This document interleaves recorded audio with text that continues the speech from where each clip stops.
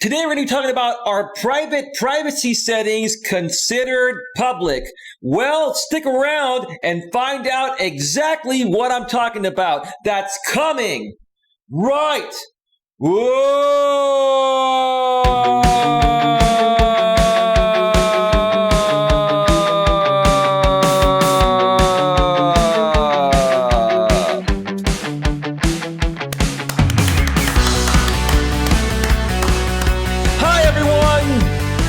Coach Eli here, and welcome back to my channel. And if this is your first time here, please consider subscribing and then banging that bell. And after you bang that bell, make sure you select all notifications because that way you won't miss a single thing when it comes to getting a better grip on your life. All right, now then, let's get right to today's topic because this is a very important one. And I want to make sure that you folks watch this entire video because I promise you, you're going to learn something here today that is completely going to change your life. It's going to make your life a lot easier because it's going to involve preventative measures. That's right, preventative measures, something that most of us don't think about until it is too late. Now, I'm not going to be sharing any screenshots on this within this video here today because I just want to speak from the heart because again, like I just said a second ago, I'm going to be teaching you folks preventative measures regarding, what you put out on the internet and how it affects you. So are private privacy settings actually considered public? In my opinion, I consider anything and everything you put out on the internet, regardless of the privacy setting, public. I'll explain more why here in just a second. But first, let me ask you this. Let me ask you folks this, and maybe you can comment below in the comments section and let me know what you think. Have you ever done something or said something in your life that you wish you could take back? Something that may have offended someone, something that may have cost you your job, something that may have cost you your relationship, yada, yada, yada, whatever, right? Have you ever said or done anything that you wish you could take back? Okay. And I'm talking about in the real world outside of social media. I'm sure we've all dealt with that at one point or another in our lives, right? But how does social media affect us regarding the same concept? Because in today's modern world, for the last 10, 15 years or so, since the birth of social media, and since we now have these things called smartphones attached to our hips, things have changed because now, we have a very huge worldwide global audience that is watching us. And they're not only watching us when we do things that are great, they watch us when we do things that are not so great, to put it politely, right? And how can, your social media affect, your life outside of social media? Well, if you work for someone else, especially in the corporate world, whatever you do online could have repercussions, for your job, right? So you want to prevent that. You want to take preventative measures. And again, I'm going to keep drilling that word in this video. Preventative measures, something that most of us don't think about until it's too late because we don't realize, how it affects us until it affects us, right? So let me spell it out for you here very, very clearly. I'm going to give a couple of examples here. One's going to be regarding YouTube privacy settings and the other is going to be Facebook privacy settings. But this can also include, like you see back here, I have a nice background today. I have Facebook, we have Twitter, and then back here we have YouTube and Pinterest, right? Okay. But we're going to talk about Facebook and Twitter, but this can apply and does apply to all social media platforms. Sometimes, people will go out there and they will share certain things on social media to a limited audience. On YouTube, you have 3 privacy settings. You have private, you have unlisted, and you have public. If you put things to public, then you want everyone to see it. And especially if you're a monetized channel, like my channel is, you're not going to get any ad revenue unless your videos are public. And if you're monetizing a video, why wouldn't you want to make as much money on it as possible? So you would put that public, but you're going to create content that's also advertiser friendly and content that's not going to affect your reputation, or get you some backlash or scrutiny in any way, shape, or form, right? Then the next, privacy setting is unlisted. Okay, what is unlisted? It means that anyone with the link can actually see the video, but it will not show up in search results on YouTube or on the Google search engine, which obviously owns YouTube. If you put something on, public on YouTube, it'll be searchable through YouTube. And also searchable on Google. And let me tell you, because Google owns YouTube, they favor YouTube search results. So be careful what you put out there publicly, I tell you folks. But back to unlisted. So anyone with the link of an unlisted video can view the video. And in many cases, I've seen people out here on YouTube share private videos by putting them on unlisted. Private information or, information for only a certain few to see. And then they send out that link to a few people and they say, well, don't share this with anyone else, right? But you know how people are. You have to always think, how people are. People are going to say, hey, I got this unlisted link from Sally. She told me not to send it to anyone, but I'm going to send it to you. Just please promise me you won't send it to anyone else. I don't want to get in trouble, right? So it gets sent to another person, then that person sends to another person. Next thing you know, these people are going to go and download this video, re-upload it, and next thing you know, a video you thought was completely private for a few people is now public, right? That's an obvious one, right? Should be an obvious one, but most people don't think about it until it's too late, right? I'm trying to get you to think about this in advance to prevent it from happening, right? Then there's private, right? Sometimes people will upload videos on YouTube to private for many reasons. Number one, sometimes people want a place to store their videos, or they want to give a very limited audience access to a private video. Now, on YouTube, you're allowed to give up to 50 people access to a private video by entering the email associated with their YouTube account or their Google account. Same thing, right? But is that actually private? No. Why isn't it private? Because guess what? Even though with a private link you cannot go to a downloader and download the video, people can still use screen recorders on their smartphones. They can also use what I'm using to record this here, OBS, Open Broadcast Software, and they can screen record your private video and guess what? Turn around and put it public, right? Or put it unlisted and share it to a group of people that you didn't want to see the video, and then they may never know, right? So you have to understand, if you're going to upload something to YouTube, for example, whether it's public, unlisted, or private, always consider it public, because you never know whose hands it's going to get into,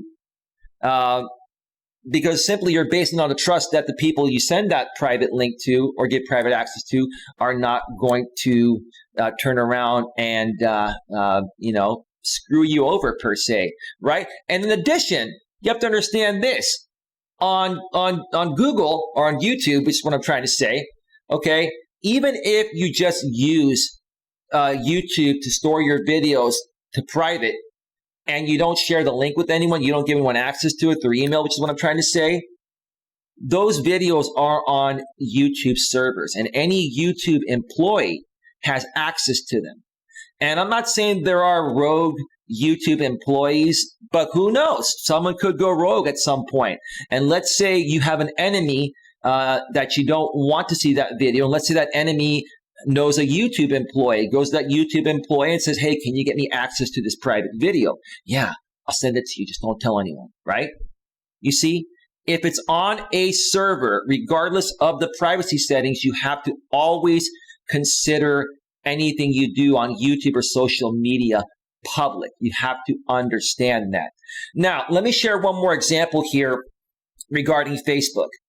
Facebook is another place where there are a lot of privacy issues, because basically Facebook has become the place where people put a profile out there of their entire lives, right? You can check in wherever you're going on Facebook. You can share pictures. You can create videos. You can create events. There are business pages. There are group pages for every type of group out there. There's, Facebook Messenger to communicate instantly. There's so much going out there on Facebook. Now, on Facebook, you have the option of putting public postings out there, putting postings to friends only, sharing postings only with a certain few people at a manual level, or putting them to only me, which is considered private, right? Per se private.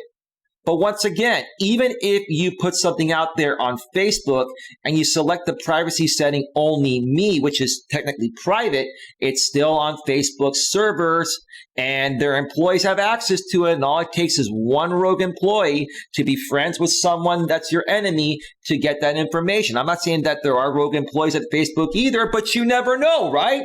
You never know. Now, another thing here. If you're going to put things out publicly on Facebook or on YouTube, put things out there that you are not afraid for the whole world to see, okay? And if you are, working for a major company and you have a good job, you have to take that into consideration as well. Whatever you put out there publicly, your employer is going to see it. And if it's something that doesn't mesh well with them, what do you think is going to happen to your job? I've seen many people get fired for things that they do on social media. Now, here is one that people don't understand the most, okay? I've been through a lot on YouTube for the last 3.5 years. I've been trolled hard. I've had people stalk me on Facebook and other social media platforms. And they went and scraped all my information, all my pictures, everything, because I used to have everything to public. Now, about 1.5 years or so ago, or 2 years ago, I switched everything for the most part from public to friends only. But did that solve the issue? No. Let me tell you why. Let me tell you what happens. Do you think you're safe if you're only sharing your information on Facebook with your friends only? Okay. If you put something out there that you're trying to keep from other people that are your enemies, okay, they can look at your friends list and contact your friends, and they could say something as simple as this: "Hey, I'm trying to reach Eli. I'm a long lost friend of Eli's. Something happened. I had a death in my family or whatever. I need to reach him. Can you please, let me know what his past few posts are. I want to make sure that, he's still around and he's reachable, or he's okay, or I haven't hurt him or whatever," right? They can make up stuff, right? And then, your friends are like, yeah, you're a friend of Eli's. Hey, Eli's a great guy. Let me get you that information, right? But there's another privacy setting you can change on Facebook. You can turn off your friends list, right? So let's say you turn off your friends list like I have. Nobody can see my friends list anymore because I don't want people contacting my friends to try to find that information, right? But they can still bypass that. Let me tell you how they can bypass that. If any of your friends have either tagged you or have mentioned your name in any of their postings, even if your postings are set to friends only and your friends list is private or set to friends only, meaning that the public can't see your friends list, they can still do it. People can still do a search for your name. And if your name is associated with anyone else's postings out there, it's going to take you right to their page. And then they can do the same thing, like I said a second ago. They can ask your friend, "Hey, I'm trying to reach Eli. I'm a long lost friend of his. I haven't heard from him in a while. I want to make sure he's okay. I've been trying to call him. I've been trying to email him. I haven't heard from him. I just want to make sure he's still around. I'm a long lost friend. I actually just lost a family member, and I really need to reach out to him for his support," right? They're going to come off as real as possible to try to say, "Yeah, let me get you that information. Let me reach out to Eli. Who are you? But let me get you the information. Let me share his last few postings with you," right? That's the workaround. And I've seen that happen to me and many others. So before I start wrapping this up, I just want to mention the moral of the story here is this. This is what I want you all to walk away with here today. Do not put anything out on social media or on the internet, regardless of the privacy setting. Public, friends only, unlisted, private, only me, whatever, right? Do not put anything out on social media if you do not want the whole world to see it, whether they see it or not, because you have to always assume one way or another, regardless of the privacy setting, it's going to get out there somehow. And let me share one last thing before I get on out of here, folks, for today. Okay. And here's the other thing.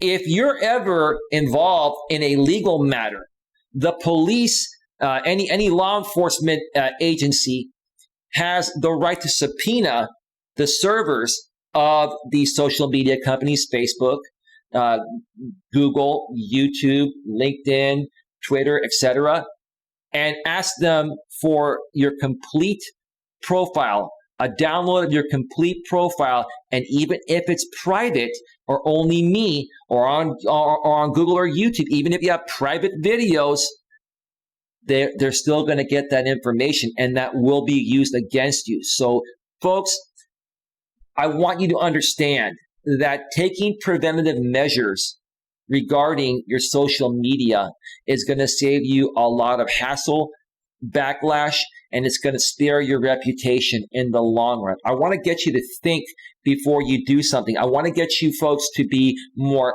proactive than reactive.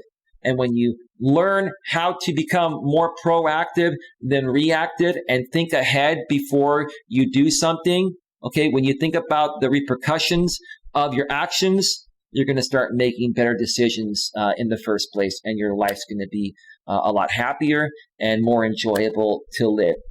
With that being said, folks, I want to thank you all for taking the time to view this video. Have yourselves a great day, and I will see you all next time. Take care, take care, take care. Bye, bye. Whoa, okay, I got to start that again. There we go.